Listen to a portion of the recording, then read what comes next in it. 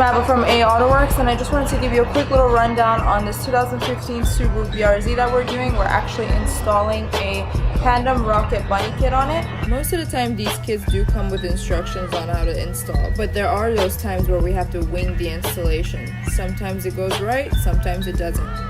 It's already a well-made kit straight out of Japan, but like any other kit, you still need to do some body work on it. For instance, we do need to cut, we do need to do a lot of welding. So, you know, that comes standard with any wide body kit that you're trying to do.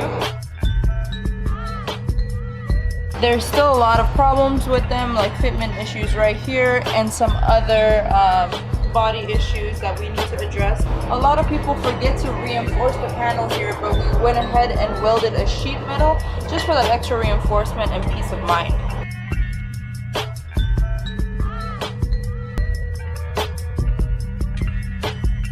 This is the original rocket bunny, so if you see these lines, they're very close to the actual body line of the car, but with replicas you're going to get a bigger gap, so that has to be fixed in the process.